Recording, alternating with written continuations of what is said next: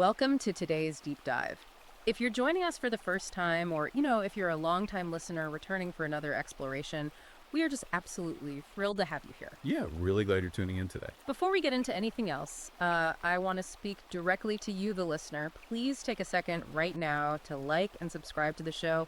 It really helps us out, feeds the algorithms, and it just ensures you never miss out on these extensive, deep-in-the-weeds explorations we do. And trust me, today's deep dive is one you absolutely do not want to miss. Oh, for sure. We're doing a very comprehensive, cover-to-cover review of an extensive, highly provocative new ebook. It's really been making serious waves across the cultural landscape recently. It definitely has. It's called Rise of the Iron Men, Rebuilding Male Identity in a Feminist Age, and it's by Conrad Riker. Now, if you find the concepts we discussed today intriguing, or if you just want to read the primary text for yourself and, draw your own conclusions. Which we always encourage. Right, exactly. You can check Amazon Kindle and Google Play Books to buy the book. Also, you should definitely go follow the author, at Conrad Riker on Substack, just to see more of his ongoing writing. It is a massive piece of work, honestly, and it covers a staggering amount of ground. So to give you a clear overview of our mission today, this text is a comprehensive manifesto. It's written entirely from a men's rights activist, or MRA, and what is often called a red-pilled perspective. Right, and for those who might be newer to that specific terminology. Yeah, borrowing from the movie The Matrix, being red-pilled in this context refers to the belief that one has woken up to the hidden, uncomfortable truths about modern gender dynamics and societal structures. It's a very specific worldview. It is. The book offers a scathing, totally unapologetic critique of modern feminism, progressive ideology, and cultural Marxism. Riker's core argument is that modern institutions, from the courts to the media to the corporate workplace, they've been entirely captured by these ideologies and actively turned against men. And before we go a single step further, we have a critical, mandatory disclaimer that we really need to share with you. Very important. You, the listener, need to know that the material we are unpacking today is highly politically charged. We want to explicitly declare that neither of us, as your hosts, is taking a side here. Not at all. We are not endorsing, nor are we condemning the viewpoints of the author, or the political left, or the political right. Our sole mission in this deep dive is to objectively unpack, analyze, and convey the ideas and arguments contained exactly as they are presented in Conrad Riker's original source material. We are simply giving you a clear, unfiltered window into this specific cultural worldview. Yeah, so you can understand the arguments being made in the history of our institutions as Riker views them before he claims they were captured. Precisely. We are acting purely as your guides through the text today. And what is structurally fascinating about this book is how it attempts to build its case. Riker doesn't just rely on, modern political grievances or internet debates. Right, he goes way deeper. He attempts to weave together evolutionary biology, ancient history, mythology, and modern legal and social systems to create this unified theory of modern masculinity in crisis. The sheer scale of what he's attempting to synthesize is just wild. I mean, he goes all the way back to ancient Rome and Sparta, and then fast forwards to algorithms on TikTok. It's quite the journey. So let's start with his foundational premise, which he frames as the myth of gender equality. He opens by diagnosing a psychological paradox he calls the double bind. It's essentially a cultural catch-22 for modern men. I'm trying to wrap my head around the mechanics of this trap. How does he define this double bind in practical terms? The double bind, as Riker describes it, is a psychological and cultural trap where society demands two completely contradictory things from men simultaneously. Okay, so like what? Well, on one hand, the dominant cultural narrative tells men they need to stop being so stoic, that traditional masculinity is emotionally stunted, and that they need to open up, be vulnerable, and show their emotions. Which sounds like standard modern advice. Right. But on the other hand, he argues that when men actually follow this advice and display vulnerability, they are brutally and systemically punished for it, both socially and professionally. And he doesn't just present this as a feeling, right? He brings in empirical data to anchor the argument. He does. To back this up, he cites a pivotal 2015 study published in the Journal of Experimental Social Psychology. The study examined how men and women are perceived when they express vulnerability or ask for help in a professional setting. And what did they find? The findings, which Riker leans on heavily, claim that men who display vulnerability in the workplace are actually perceived by their peers and bosses as significantly less competent, less capable of leadership, and ultimately less hireable than women who display the exact same vulnerability. Wow. That is a fascinating data point to anchor his argument, because it highlights a massive disconnect between what society says it wants and how it actually behaves. He's essentially saying the culture is telling men, hey, we want you to cry, we want you to share your anxieties, but the moment you do, management subconsciously flags you as a liability and passes you over for the promotion. That's his exact point. Yeah. And Riker ties this directly into how we use language, specifically the phrase toxic masculinity. He argues that terms like this are linguistic traps designed to pathologize perfectly normal, biologically driven male behaviors. So the goalposts are constantly moving. Always. If a man is naturally assertive, which Riker argues is an evolutionary trait for resource gathering and protection, he gets labeled as aggressive or domineering. Right. If he is naturally stoic, utilizing emotional compartmentalization to function under pressure, he is labeled as emotionally unavailable or stunted. Yet, as the study shows, if he cries, he's deemed weak and incompetent. So Riker posits that this leaves men chasing a standard of acceptable behavior that doesn't actually exist in reality. It's a lose-lose scenario, in his view. And to give this some historical context, he looks back at the origins of this cultural shift. He goes all the way back to 1963 to Betty Friedan's famous book, The Feminine Mystique. Which is widely considered the foundational text of second-wave feminism. Exactly. Friedan famously argued that women were trapped in domestic servitude, suffering from the problem that has no name, completely unfulfilled by just being housewives. But Riker flips this entire narrative on its head. How does he view that era and that specific division of labor? Riker claims that Friedan and the feminist movement that followed her completely ignored the male side of the equation. He argues that men in that era were equally trapped, if not more so. Trapped how? They were trapped in grueling, physically demanding, often dangerous 60-hour work weeks.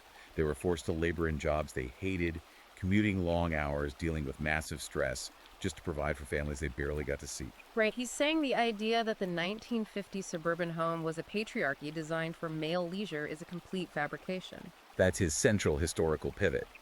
Riker's point is that traditional gender roles were never about a patriarchal plot to oppress women. They were a shared burden. A division of labor. Yes, a pragmatic division of labor built on historical and biological necessity. One partner handled the domestic front, the other fought the external elements to secure resources. And he views modern feminism as having taken that shared burden, erased the male sacrifice, and rewritten history to frame men solely as the malicious oppressors and women solely as the innocent victims. Precisely.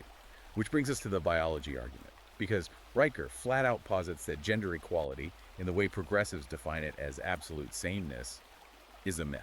He argues that men and women are not just physically different, but fundamentally and psychologically different, hardwired by millions of years of evolutionary biology. Yes, he utterly rejects the blank slate theory. The idea that gender differences are purely social constructs forced upon us by culture. Right. According to the text, evolutionary biology dictates that men are naturally more competitive, more risk-taking, and driven by the acquisition of status because, historically, status equals reproductive success. And women. Women, conversely, are described as naturally more nurturing, cooperative, and focused on maintaining complex social relationships to ensure the survival of offspring. He argues that trying to pretend these biological realities don't exist doesn't create a utopian equality. It just creates massive societal dysfunction. And he uses some very illustrative examples to make this point about dysfunction. He contrasts female-dominated fields with male-dominated fields. Yes, he points out that professions currently heavily dominated by women, like nursing, teaching, and social work, are suffering from massive systemic crises. We're talking about extreme burnout, low pay, and incredibly high turnover rate. And Riker blames this on these institutions prioritizing feelings over function, creating environments where consensus and emotional labor exhaust the workforce. But then he contrasts that with an institution like the military. The military is his prime example of a system designed by men for men.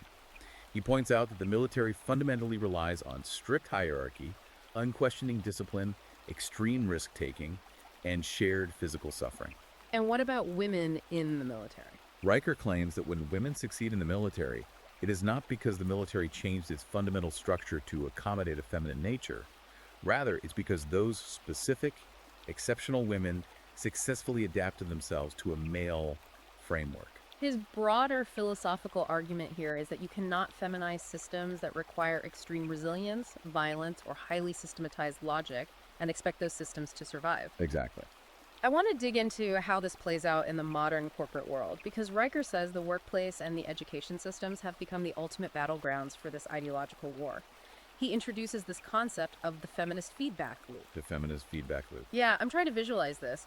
Is he saying these institutions are intentionally creating problems, or is it a byproduct of progressive policies? He argues it is a highly intentional, self-sustaining mechanism for acquiring power. The loop operates in three distinct steps. First, he alleges that activists create or artificially inflate a problem. For example, For example, the gender pay gap. Riker argues that the raw pay gap data often ignores personal choices like hours worked, danger pay, or career selection.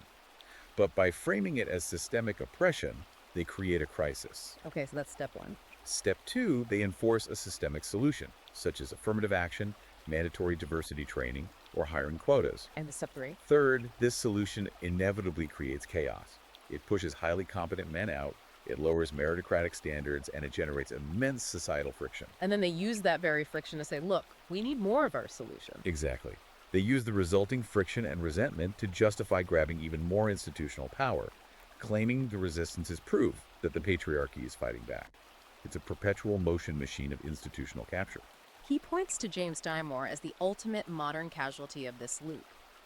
Riker frames James Damore as a modern martyr for biological realism. Damore was the Google engineer fired back in 2017 after writing an internal memo. Right, the memo suggesting that gender disparities in tech might partly be due to biological differences in interests, like men being more interested in things and systems, and women more interested in people rather than just systemic sexism. Riker views the Damore incident as a watershed moment. Here was a man who brought peer-reviewed scientific studies, evolutionary psychology, and empirical data to a corporate discussion about diversity. And he was ruthlessly punished because his facts contradicted the company's ideological dogma. For Riker, this proved that the corporate world is no longer interested in truth or merit. It is solely interested in ideological compliance. And he pairs this high-profile case with these hypothetical but incredibly relatable anecdotes. He tells the story of John, a 28-year-old software engineer. John grinds for years, puts in the overtime, and is undeniably the most qualified person for a management role. But he is passed over for a promotion in favor of a demonstrably less experienced female colleague, simply because upper management needs to satisfy a newly implemented diversity quota. And the kicker is, when John politely questions the metrics of this decision, HR labels him as difficult and lacking in emotional intelligence. It's the double bind in action again. John is expected to graciously accept his own marginalization, and Riker extends this analysis from the workplace directly into the education system. He presents a glaring statistical paradox. Women now significantly outnumber men in universities. They're enrolling and graduating at much higher rates, earning the majority of bachelor's, master's, and doctoral degrees. Right. If women are dominating higher education, they are clearly winning the academic game. Yet, despite women being the overwhelming majority on college campuses, Riker points out that diversity initiatives, scholarships, and hiring quotas still overwhelmingly favor women. The institutional machinery still operates as if it's 1970 and women are locked out. Riker asks the reader a very pointed question. If the stated goal was equality, and women have now surpassed men in these arenas, why are men still being told to step aside? Where exactly are men supposed to go? That question of where do men go seems to bleed directly into how he views the modern psychological landscape, because Riker argues that it's not enough for the system to just push men out of the boardroom or the lecture hall. No, society actively works to make men feel guilty for even wanting to be there in the first place. Which brings us to the psychological warfare aspect of the book. Let's look at the weaponization of male guilt. Riker views modern progressive culture essentially as a giant guilt machine. He does. He argues that from a very young age, boys are taught that their natural impulses are problematic. And he brings up a highly specific, almost absurd cultural moment to illustrate this. The 2014 New York City Metropolitan Transportation Authority campaign against manspreading. I remember this so clearly. Anyone who has commuted on a crowded subway knows it's cramped, it's uncomfortable, and people sit weirdly. But the MTA actually ran taxpayer-funded ads shaming men for sitting with their legs apart. And Riker uses this as a perfect microcosm of his broader point. The MTA campaign literally pathologized male biology. Men have different pelvic structures and external genitalia. Sitting with knees slightly apart is a biological comfort, not a conscious display of patriarchal dominance over public transit space. Riker points out the sheer absurdity of running a government-funded campaign to shame men for their natural physical posture, noting that this campaign was celebrated by the media as a massive victory for social justice. It's a low-level, constant hum of psychological conditioning telling men, you take up too much space, shrink yourself. And that physical shrinking is mirrored by linguistic shrinking. He connects this directly to terms like mansplaining. If we look at the macro level of how language controls thought, Riker says terms like mansplaining are highly effective linguistic weapons. They are not used to foster better communication. They are deployed specifically to silence men. Imagine a scenario where a man is passionately explaining a subject he has deep expertise in. Okay. If a woman in the room feels patronized, she can accuse him of mansplaining. Instantly, the validity of his expertise is erased. He is forced into a defensive posture. It shifts the entire dynamic from an objective discussion of facts to a subjective critique of the man's tone and gender. Exactly.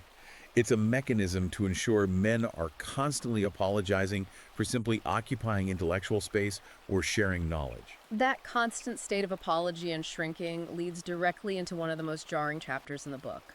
Riker tackles the rise of the simp and the complete commodification of human intimacy. For anyone who might not be deep into internet culture, a simp is slang for a man who shows excessive sympathy, attention, and financial resources towards someone, usually a woman online, who does not reciprocate those feelings whatsoever. And the data Riker brings to this argument made my jaw hit the floor. He cites that in 2022, men spent over $10 billion on OnlyFans creators. Yeah. $10 billion. It is a staggering economic figure. But for Riker, that $10 billion isn't just about money. It represents a profound, tragic crisis of male loneliness and biological exploitation. He tells the story of another John, perhaps a stand-in for the everyman. This John is a successful software engineer making good money, but he is profoundly isolated. He spends $10,000 over the course of a year on an Instagram model. He buys her gifts from her Amazon wish list, pays for her vacations, constantly comments on her posts, hoping to win her affection or even just her genuine attention. And in return for that $10,000, he receives a generic, automated direct message sent by her management team saying, "Thanks, babe." It's financially and emotionally brutal. But what's interesting is that Riker doesn't just blame the women on these platforms. He blames the entire digital ecosystem. He argues that social media algorithms, dating apps like Tinder and Bumble, and the broader influencer culture are perfectly calibrated, almost weaponized, to exploit male biological drives. Yes, he views this through an evolutionary lens. Men are hardwired to provide resources and to seek female attention and reproductive opportunities.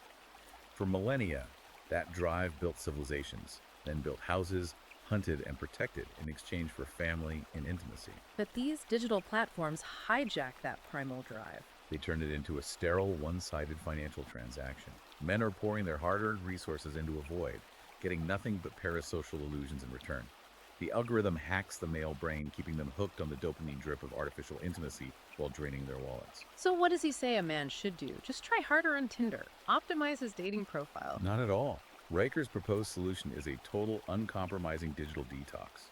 He advises men to delete the dating apps immediately, to stop following Instagram models, and to stop funding their own exploitation.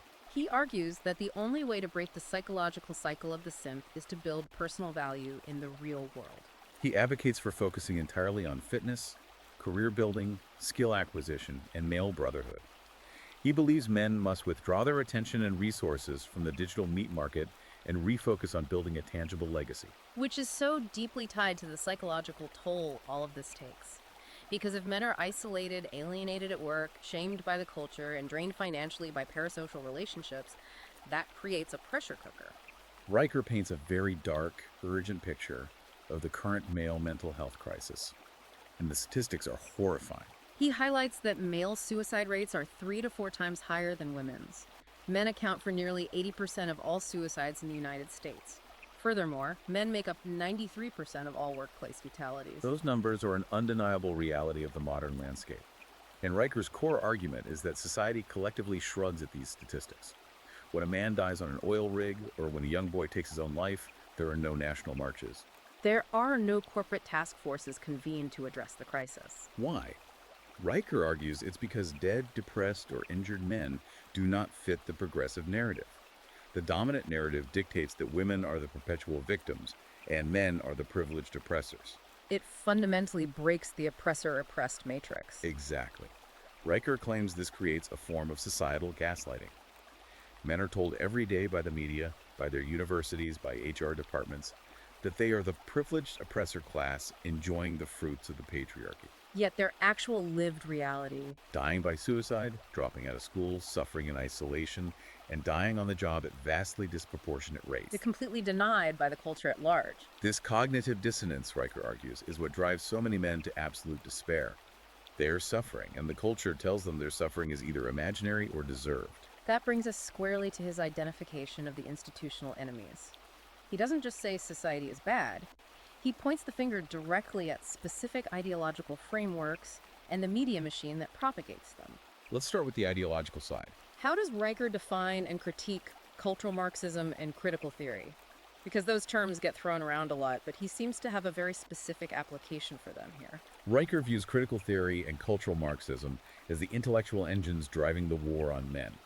To briefly define how he uses these terms, traditional Marxism viewed history as a struggle between economic classes, the wealthy bourgeoisie versus the working class proletariat. Okay, so that's the classic definition. Right. Riker argues that cultural Marxism took that exact same binary framework of oppressor versus oppressed and mapped it onto cultural identities, specifically race and gender. So instead of the rich versus the poor, it becomes men versus women, white versus minority, straight versus gay. Precisely. Under these theories, men, particularly white, heterosexual men, are automatically and irrevocably categorized as the oppressor class. It doesn't matter if an individual man is poor, struggling, or suicidal. His group identity marks him as an oppressor. Riker argues this framework is deeply destructive because it creates a pervasive victim mentality across society. It erases individual merit and personal responsibility, teaching people that all their failures or societal ills are the fault of the patriarchy. And he says these ideologies fundamentally prioritize feelings over facts, which destroys the ability to have a functional society. Yes. He argues that when you elevate subjective feelings and lived experiences above empirical data, biological reality, and objective truth, you create a society incapable of rational discourse. If a man tries to bring up the suicide statistics we just discussed or the workplace fatality rates, he is often told his statistics don't matter because of his inherent privilege, or that bringing them up is a form of violence. It shuts down debate entirely. It replaces the scientific method and objective reality with ideological orthodoxy. Taking a step back, how does he say the media enforces this orthodoxy? Because an ideology is just a theory until it has a distribution network. He points to the Me Too movement, and specifically the Brett Kavanaugh Supreme Court confirmation hearings, as the ultimate examples of the media machine operating as an activist wing. Riker uses the Kavanaugh hearings as a prime case study to argue that the mainstream media has completely abandoned the foundational Western concept of due process. In his view, during those hearings, the media did not act as objective reporters trying to uncover the truth. They acted as a coordinated activist mob. They amplified unverified, decades-old allegations without requiring corroborating evidence, specifically to paint a man as the monstrous embodiment of toxic masculinity. He argues the media's goal wasn't justice, it was character assassination. For Riker, this proves that in the modern court of public opinion, the presumption of innocence is dead for men. A man is guilty the moment a woman makes an accusation. And he brings in some massive studies to back up this claim of systemic media bias against men. He cites a 2018 study by the Media Research Center. This study analyzed the fact-checking website Snopes, claiming that Snopes actively downplays, dismisses, or nitpicks stories of male victimization while uncritically amplifying female-centric narratives. He also references a 2020 study by the Men's Rights Association, which analyzed thousands of articles and claimed that an overwhelming 78% of mainstream media articles frame men either as perpetrators of violence, incompetent buffoons, or systemic failures. Riker's point is that the media landscape is fundamentally hostile territory. If you consume mainstream media, he argues, you are drinking from a poisoned well that is psychologically designed to make you hate men, and if you are a man, to make you hate yourself. Therefore, his proposed solution is not to try and reform CNN or the New York Times. His solution is a total pivot to alternative media and the absolutist defense of free speech. Right.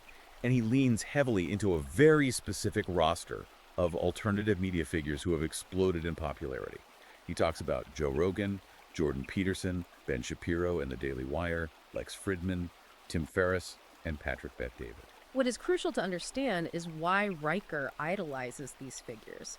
He doesn't just view them as successful podcasters or entertainers. He views them as vital nodes in what he calls the masculinity resistance movement. He argues that because mainstream institutions have been captured, these men are building parallel structures. They are utilizing crowdfunding, direct-to-consumer subscriptions, and decentralized platforms to create spaces where men can speak freely. They can discuss biology, philosophy, and traditional masculinity without fear of being canceled by an HR department or filtered through a progressive editorial board. For Riker, a 3-hour Joe Rogan podcast isn't just entertainment. It's a vital, uncensored transmission of male knowledge, preserving the space for traditional discourse. That idea of institutional capture leads us into what might be the most controversial, incendiary part of the entire book. He dedicates a massive section to what he calls the traps. And he focuses heavily on modern marriage, family courts, and the erosion of fatherhood. Riker refers to modern marriage as the marriage plantation. He literally compares the legal contract of modern marriage to indentured servitude and modern-day slavery. How does he justify making such an extreme, visceral comparison? He justifies it by meticulously dissecting the legal and financial mechanics of modern divorce. Riker argues that the advent of no-fault divorce in the latter half of the 20th century fundamentally broke the traditional marriage contract. Historically, marriage was a binding covenant. But with no-fault divorce, a contract can be broken by one party at any time for any reason, with massive financial penalties usually leveled against the higher earner, which is historically the man. He claims that family courts are deeply, systemically biased against men. They incentivize women to leave marriages because the woman knows she will likely win primary custody of the children, secure long-term alimony, and take half of the marital assets, completely, regardless of who was at fault for the marriage ending or who broke the vows. And to make this real for the reader, he shares these incredibly visceral anecdotes. There's the story of John, the highly successful businessman. John spends 15 years grinding, building a company from the ground up, securing his family's future. His wife decides she is simply unhappy and files for divorce. And overnight, without having committed any crime or infidelity, half of John's assets, his life savings, and a controlling stake in his business are legally stripped from him by a judge and handed to his ex-wife. Then there is the contrasting story of Steve, who Riker describes as the family ATM. Steve is the ultimate nice guy. He does everything he's told. He works his corporate job. He pays all the bills. He runs the errands on weekends. He caters to his demanding in-laws. But instead of earning love and respect, his wife treats him with open contempt. It wasn't until Steve hit his absolute breaking point, stopped trying to appease everyone, and finally started setting boundaries and saying the word no, that his family actually began to respect him. Riker uses these stories to argue a very harsh lesson. Being a nice guy or a yes man in a marriage doesn't earn a man loyalty. It earns him a lack of respect and eventual financial ruin. He is warning men that the legal system views them not as equal partners, but as disposable utility providers. And the societal fallout from this legal framework, according to the book, is the catastrophic fatherlessness epidemic. When courts incentivize divorce and default to maternal custody, fathers are pushed out of the home. He cites a 2018 National Center for Fathering study stating an alarming statistic. 1 in 4 children in the U.S. currently grow up without a father in the home. And this is where Riker connects the legal traps of marriage directly to broader societal decay. Because fatherlessness isn't just sad, it's criminogenic. He shares the story of Marcus, a young boy raised by a single mother in a rough neighborhood.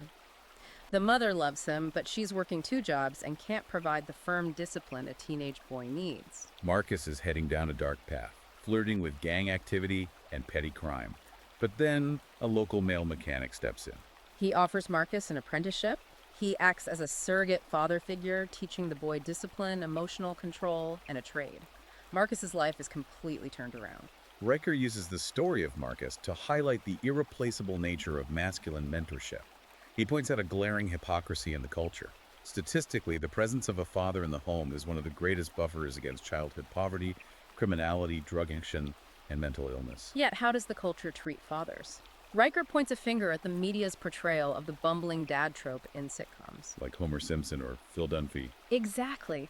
For decades, sitcoms and commercials have consistently portrayed fathers as clueless, incompetent, overgrown children who need their hyper-competent wives to manage their lives and fix their messes. Riker argues this relentless cultural mockery completely obscures the vital, stabilizing biological role that fathers actually play. Society mocks them on television, while the family courts physically remove them from the home, and then society wonders why juvenile crime and depression are skyrocketing. Okay, so if we follow Riker's logic to this point, the institutions are captured, the media hates you, the workplace is a minefield, and marriage is a literal trap. What is a man supposed to do? Does he just give up? That brings us to what I found to be the most expansive part of the book, Section 5, his blueprints for rebuilding. Riker says we have to look backward to move forward. He looks to ancient religion, tradition, and history. And he specifically calls out feminist theology and the modern goddess movement. He claims they actively water down sacred texts to fit progressive, gender-neutral, pacifist ideals. Riker's premise here is that ancient texts and mythologies aren't just entertaining stories. They are highly sophisticated survival manuals passed down through generations. He claims that modern progressive theology tries to strip the masculine virtues, like righteous anger, physical combat, and strict hierarchy, out of religion to make it more palatable to modern sensibilities. He wants to reclaim these texts as literal blueprints for physical and moral fortitude. And the roster of historical and mythical figures he provides as models is just epic. He dedicates extensive time to analyzing these archetypes. He points to the Epic of Gilgamesh, the ancient Mesopotamian king who learns the hard limits of mortality and the value of brotherhood with Enkidu. He looks at Arjuna in the Hindu Mahabharata. What exactly is he extracting from the story of Arjuna?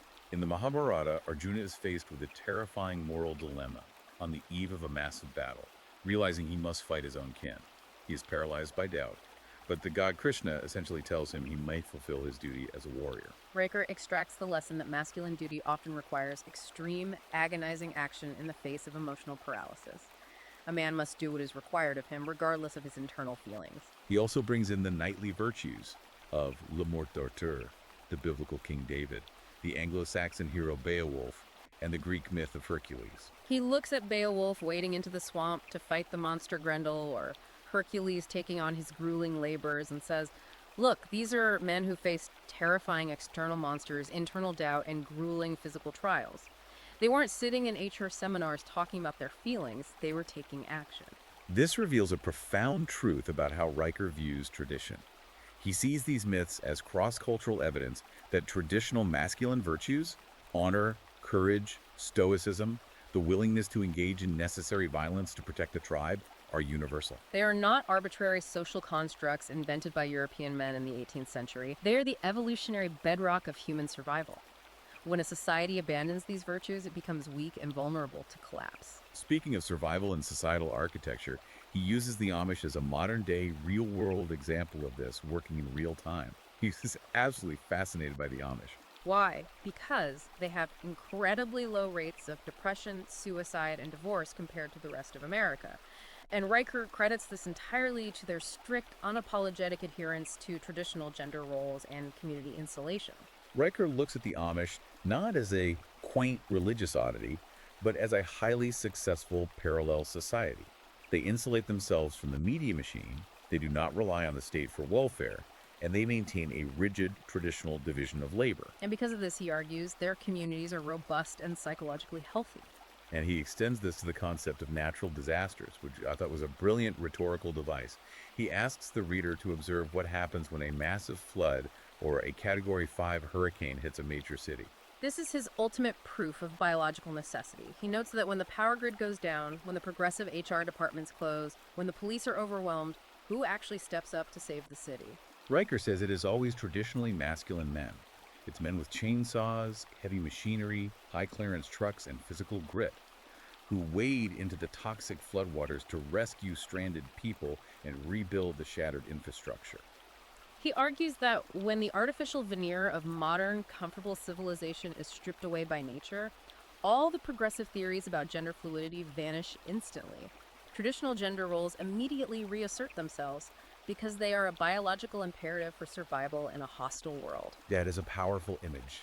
So, transitioning from the theoretical to the intensely practical, what is the actionable strategy for the listener? How does a modern man actually become what Riker calls an Iron Man? This brings us to the final major segment of the book, which he titles The Arsenal. And the absolute number one weapon in this arsenal is brotherhood, and closing what he calls the initiation gap. Riker argues that men in the modern era are quite literally dying from social isolation, and he lays the blame for this squarely at the feet of feminism, which he claims systematically dismantled male-only spaces. Historically, institutions like the Freemasons, the Elks Club, and the Boy Scouts provided vital, exclusive spaces for men to mentor younger boys and bond with each other free from the gaze and influence of women. By forcing these spaces to become co-ed in the name of equality and inclusion, Riker argues, feminists destroyed the crucial safe havens men needed to be themselves. So his solution to this isolation is testosterone-driven bonding. I love how he phrases that. If the traditional institutions are gone, men have to build new ones. He points to the explosive rise of CrossFit boxes, grueling obstacle course races like Tough Mudder, the men's shed movement over in Australia, and even looks back to the legacy of Robert Bly's Iron John movement from the early 90s, where men would go out into the woods to drum, sweat, and share stories. The underlying psychology here relies heavily on the concept of the initiation gap. Riker posits that throughout all of human history, across almost every culture, boys were initiated into manhood through difficult, often painful rites of passage administered by older men in the tribe. It was a clear demarcation line. You were a boy, you endured the trial, now you are a man. Today, that gap exists. There is no trial. Boys are left to figure out manhood by watching internet porn or being lectured by female teachers. Riker says men fundamentally need rites of passage. They need shared suffering to forge genuine, unbreakable bonds. Pushing a heavy sled across a gym floor until you want to vomit alongside a group of other sweating, grunting men fulfills a primal evolutionary need for tribal bonding that sitting in a cubicle simply cannot. But you can't just lift weights and build a tribe. You have to survive in the real world, which requires money. That brings us to the next weapon in the arsenal, economic independence and the power of no. Riker offers very specific, aggressive financial advice on how to survive what he calls the feminist economy. Riker understands that ideology is enforced through economics. If you rely on a progressive Fortune 500 corporation for your paycheck and your healthcare, you are entirely at their mercy. You have to comply with their HR policies, their diversity quotas, and their speech codes, or you will starve. Therefore, the underlying strategy here is total economic insulation. And he lays out a roadmap for this. He tells men to invest heavily in hard assets like real estate. He advocates for aggressive investing in index funds like the S&P 500, but more importantly, he pushes the creation of side hustles and parallel economies. He specifically mentions a guy who built a six-figure independent business just selling vintage sneakers online. He also heavily pushes leveraging new technology, learning coding, utilizing AI, getting into cryptocurrency and Bitcoin, and mastering fintech. The goal isn't just to be rich. The goal is sovereignty. Riker wants men to become economically independent so they have the power to say no to corporate woke culture without fear of losing their livelihood. If you have passive income, a diversified Bitcoin portfolio, or your own independent business, you can simply opt out of the system. He points to figures like the entrepreneur Gary Vaynerchuk, financial author Robert Kiyosaki, and the highly controversial internet personality Andrew Tate. Regardless of what one thinks of them, Riker uses them as models of men who achieved absolute financial independence, and because of that, can simply ignore mainstream societal rules and speech codes about their freedom. Which requires serious mental resilience to maintain. Because if you step outside the system will attack you. And that brings us to the final pieces of the arsenal, mental toughness, and surprisingly, humor. To build this mental fortress, he heavily cites figures like David Goggins and his stay hard philosophy of pushing past perceived physical and mental limits. He also references Jocko Willink's concept of extreme ownership, the idea that a man must take absolute responsibility for everything in his life, blaming no one. Yes, mental toughness is the shield against a hostile culture, but Riker argues that humor is the sword. This is a fascinating tactical pivot. Riker advises men to actively use satire, mockery, and humor to attack progressive ideology. He points to the late, great comedian George Carlin as a master of this technique. If you get angry at the ideology, you validate it. But if you relentlessly mock it, you strip it of its power to shame you. He even suggests writing and sharing satirical articles to highlight the absurdity of the cultural demands placed on men. He pitches a fake article titled 10 Ways to Apologize for Being a Man in 2024. He argues that if you can laugh at the system's contradictions, it can no longer control your mind. It's a strategy of psychological liberation through irreverence. So, taking a massive step back and looking at the entire tapestry we've unrolled today, let's bring all these threads together as we wrap up. Rise of the Iron Men by Conrad Riker is a massive, highly detailed, and comprehensive manifesto. It's written specifically for men who feel alienated, silenced, and penalized by modern progressive society. It offers a very clear, highly controversial roadmap built on achieving absolute economic independence, forging immense physical and mental resilience, rebuilding male-only brotherhoods through shared suffering, and returning to the ancient traditional male virtues found in mythology and history. And as we conclude this extensive review, we must reiterate our mandatory instruction to you, the listener. We've merely acted as your impartial guides through Conrad Riker's worldview today. We have deeply unpacked his arguments regarding evolutionary biology, the media landscape, the legal system, and alternative economies, without endorsing or taking sides on any of these highly charged political and social issues. Our goal was simply to give you a clear, comprehensive understanding of the text and the arguments it presents. Exactly. We lay out the map, you decide what to do with it. But we do want to leave you with a final provocative thought to mull over, something that extends naturally from Riker's source material, but wasn't explicitly answered in the text. Think about this. If millions of men actually follow Riker's roadmap completely, If they opt out of mainstream corporate culture, if they completely abandon mainstream media, if they refuse to participate in traditional modern marriage because they view it as a legal trap, and instead they spend their time building their own parallel decentralized financial structures and insulated male-only tribes. what does that actually mean for the future of a cohesive society? Can a civilization actually survive, let alone flourish, if its men and women are operating in entirely separate, ideologically opposed realities? It's a heavy, deeply consequential question. It is indeed. And considering the societal shifts described in this book, it is a question that our culture will eventually be forced to answer, whether it wants to or not. Absolutely. Well, that is all the time we have for today's massive deep dive. I want to remind you one last time, please take a moment to like and subscribe to the show. It makes a huge difference in helping us bring these deep dives to you. And if you want to read the source material for yourself, dive into the statistics and make up your own mind, check out Amazon Kindle and Google Play Books to buy the book, Rise of the Iron Man. And be sure to follow the author at Conrad Riker on Substack to keep up with his work. Thank you so much for joining us on this incredible deep dive. Keep questioning everything, and we'll catch you on the next one.